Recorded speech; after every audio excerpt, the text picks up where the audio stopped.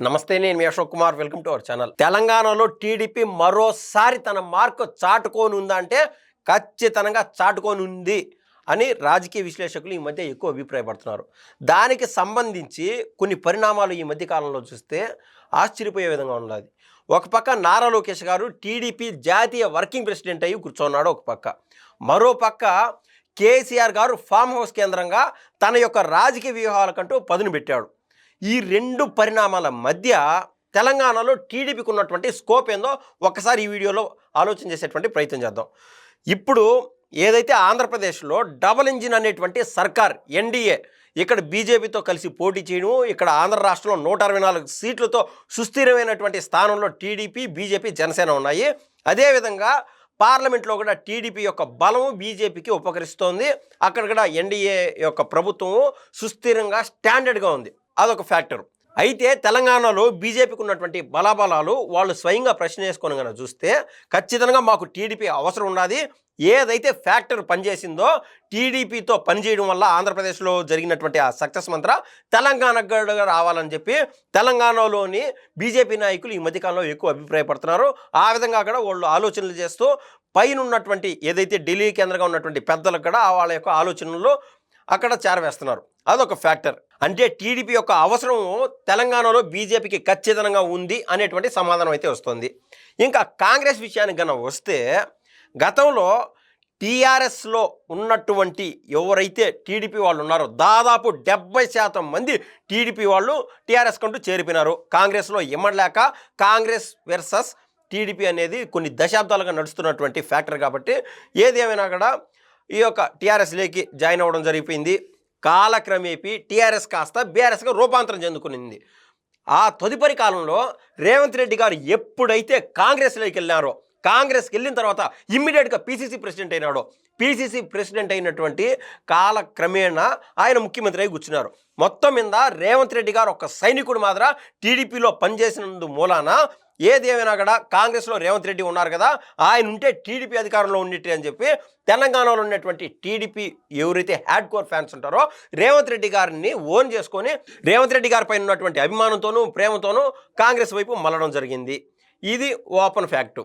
అయితే రేవంత్ రెడ్డి ఒక్కరిని చూసుకొని టీడీపీ వ్యక్తులు కాస్త కొంతమంది చిల్ల పల్లా ఎట్టయితే అవుతారో ఆ విధంగా కాంగ్రెస్లో జాయిన్ అవ్వడం జరిగింది.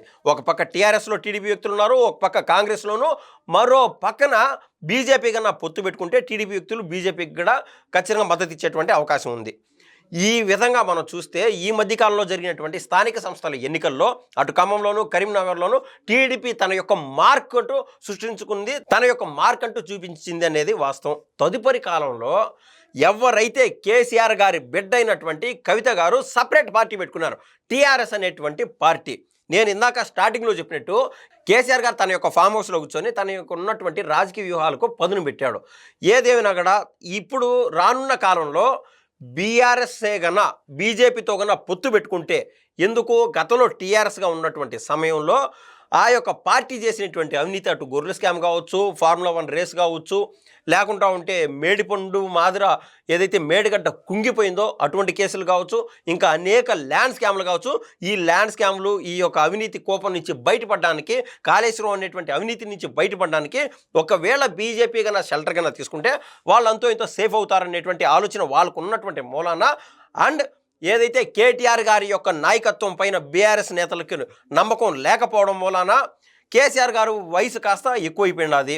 అందుకు ఇటువంటి సమయంలో బీజేపీ షెల్టర్ కన్నా తీసుకుంటే అంటే బీజేపీతో పొత్తు అయినా పెట్టుకోవచ్చు, లేదా బీజేపీతో విలీన కావచ్చు.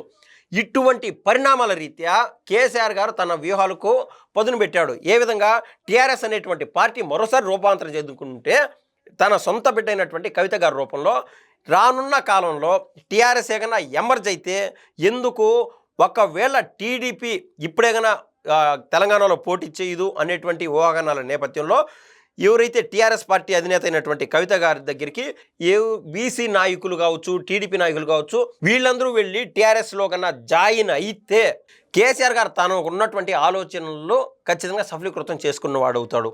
ఎందుకంటే రాజకీయాల్లో తిమ్మి బొమ్మ అవుతుంది, బొమ్మి తిమ్మి అవుతుంది. ఏదేమైనా కూడా బీఆర్ఎస్ తదుపరి కాలంలో బీజేపీతో కన్నా ఇమ్మడలేకపోతే తన సొంత బిడ్డ అయినటువంటి కవిత గారి టీఆర్ఎస్ పార్టీ ఏదైతే ఉన్నదో తెలంగాణ ప్రజల యొక్క నరాన నాడిలో ఏదైతే ఆ సెంటిమెంట్ రాజుకొని ఉన్నదో సో తెలంగాణ ప్రజలు దాదాపు టీఆర్ఎస్ వైపు మొగ్గు చూపేటువంటి అవకాశం కూడా ఉన్నది. ఈ క్రమంలో బీఆర్ఎస్ కాస్త కనుమరుగిపోయేటువంటి అవకాశం కూడా ఉన్నది. ఈ నేపథ్యంలో నారా లోకేష్ గారు టీడీపీ యొక్క జాతీయ వర్కింగ్ ప్రెసిడెంట్ అయి కూర్చున్నటువంటి ఈ నేపథ్యంలో జాతీయ ప్రెసిడెంట్ అయినప్పుడు అటు ఆంధ్రాలోనే కాదు తెలంగాణ కావచ్చు భవిష్యత్తు కాలంలో ఏ రాష్ట్రంలో అయినట్టున పోటీ చేసేటువంటి అవకాశం ఉంది. ఇందుకు తెలంగాణ అనేది ముందు నారా లోకేష్ గారు పైన ఉన్నటువంటి టాస్క్.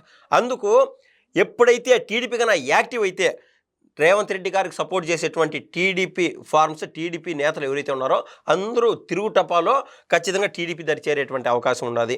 ఇంకా బీఆర్ఎస్లో అంతంత మాత్రం ప్రస్తుతం ఉన్నటువంటి టీడీపీ నాయకులు కాస్త మళ్ళీ టీడీపీ దరి చేరుతారు. మనకు ఆల్రెడీ మనం టీఆర్ఎస్ గురించి మాట్లాడుకున్నాం. ఎవరైతే కవిత గారి యొక్క పార్టీ ఉన్నదో ఆ యొక్క పార్టీ కేవలం పసిబిడ్డ మాత్రం ఉన్నటువంటి ఈ క్రమంలో ఆ పార్టీ వైపు మొగ్గు కూడా చూపకపోవచ్చు. వీళ్ళందరూ కన్నా టీడీపీ వైపు కన్నా వస్తే టీడీపీ ఒక స్థాయికి ఎమర్జ్ అయ్యేటువంటి అవకాశం ఉన్నది. సో టీడీపీ ఒక స్థాయికి ఎమర్జ్ అయినప్పుడు టీఆర్ఎస్ వాళ్ళు టీడీపీతో పొత్తు పెట్టుకునేదానికి ఉవ్విళ్ళు ఉడతారు ఎవరైతే కవిత గారి పార్టీ ఉన్నదో. అదేవిధంగా బీఆర్ఎస్కి టీడీపీకి ఒకవేళ నారా చంద్రబాబు నాయుడు గారికి కేసీఆర్ గారికి పొసగదని మనం అనుకుంటాము. రాజకీయాల్లో ఎప్పుడైనా ఏమైనా జరగచ్చు. సో లైట్ మైండెడ్ పార్టీస్ కాబట్టి టీడీపీ బీఆర్ఎస్ కూడా కలిసేటువంటి అవకాశం ఉన్నది. లేని పక్షంలో బీజేపీ అదేవిధంగా టీడీపీ కూడా కలిసేటువంటి అవకాశం ఉన్నది. ఎందుకంటే డబల్ ఇంజిన్ సర్కార్ యొక్క సక్సెస్ ఫార్ములా ఆల్రెడీ ఎన్డీఏ నేతలు టీడీపీ జనసేన అదేవిధంగా బీజేపీ చూశారు కాబట్టి ఆలోచన కూడా ఖచ్చితంగా పదును పెట్టేటువంటి అవకాశం ఉన్నది.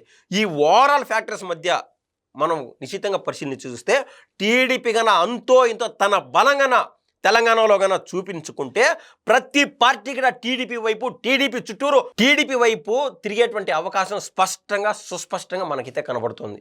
ఇది ఓవరాల్గా తెలంగాణ రాజకీయానికి సంబంధించి ఏది ఏమైనా కూడా భవిష్యత్తు కాలంలో రానున్న సంవత్సరంన్నర కాలంలో తెలంగాణలో టీడీపీ ఒక ఎమర్జింగ్ పార్టీ ఒక స్ట్రెంగ్తన్ పార్టీగా రూపాంతరం చెందుకునేటువంటి అవకాశం అయితే స్పష్టంగా కనపడుతుంది.